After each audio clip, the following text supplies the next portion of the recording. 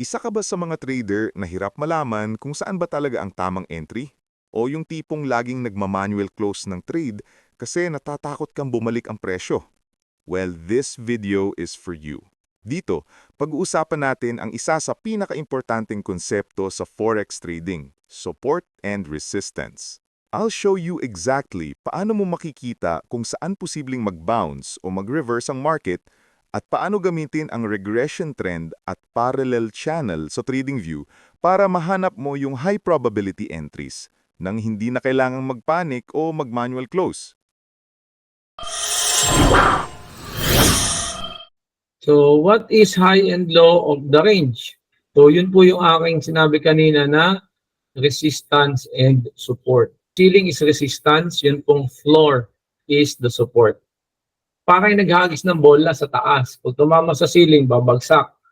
Pag tumama sa floor, tataas. Kuha niyo po, magbabounce. So, meron dalawang klase po ng support and resistance, yung horizontal support and resistance, and yun pong slope na support and resistance. So, to easily identify and mark po yung ating support and resistance, you can use either regression trend or yun pong ating parallel channel.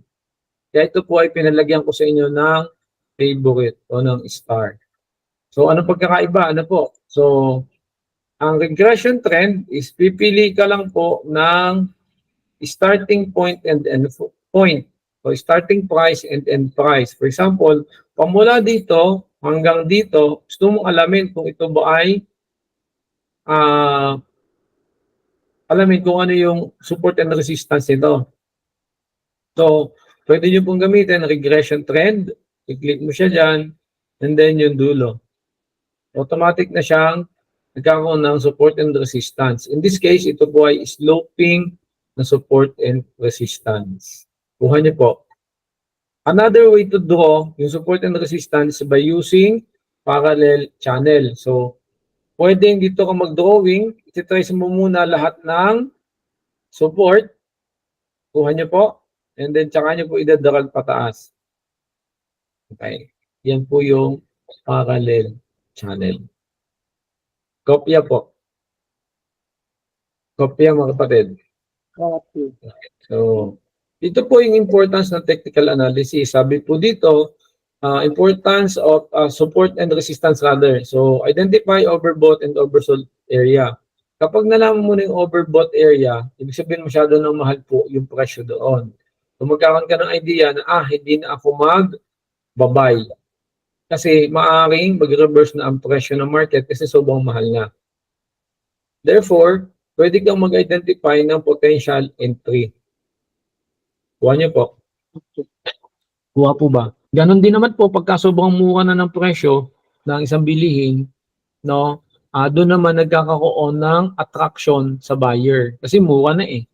'Di ba? 'Di ba pag pumunta kayo ng palengke tapos meron kayong nakita, no?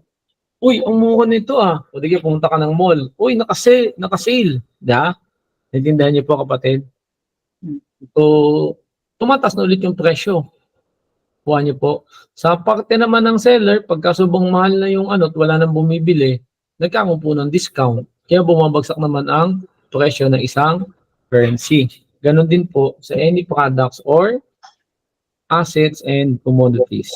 Kuha kapatid? Yes po. Kuha.